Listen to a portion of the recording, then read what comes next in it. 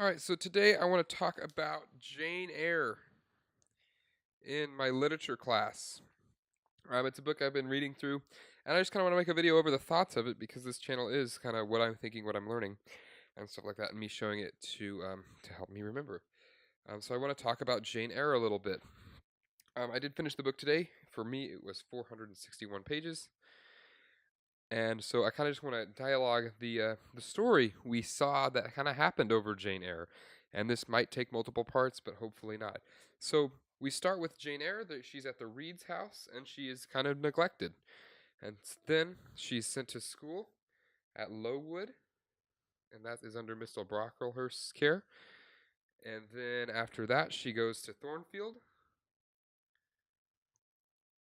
with Mr. Rochester, where we have some stuff go down, a marriage that wants to happen and whatnot. And then after that, after Rochester, she goes to, gosh, what is that called town? Morton, I think it is. Morton? I'm not sure.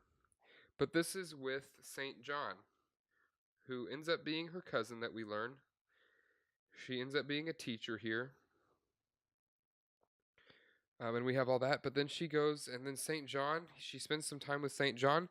She gets an inheritance, which is interesting because if we think about the name Eyre, her last name Eyre, inheritance, Eyre is in there. She spends some more time with St. John, but then she goes back to Rochester in the end. Also in the middle here at Thornfield, we have the lunatic wife that we meet of Rochester, which is why Jane does not want to marry Mr. Rochester. But that's kind of the general story. We go from the Reeds to the Lowwoods, and we have some familial ties here that go down. The inheritance thing is a thing, and she ends up giving £5,000 to each of these people. Not that pounds. I don't know how much. So £5,000. But then she goes back to Rochester, who, when she goes back to him, is Rochester is blind and lame, and he loses an arm.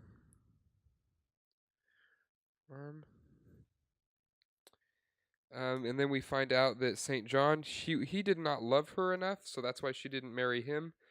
And he goes to India to do his thing, and then her cousins, they happily marry to good men, and that's kind of how the story ends. That Jane's been doing well in life and having a good time with Rochester, and that's kind of the novel of Jane Eyre. And it's this story filled with kind of some tragedy and a lot of early life stuff that Jane goes through, because all this kind of happens by the time she's 21ish, is how it reads.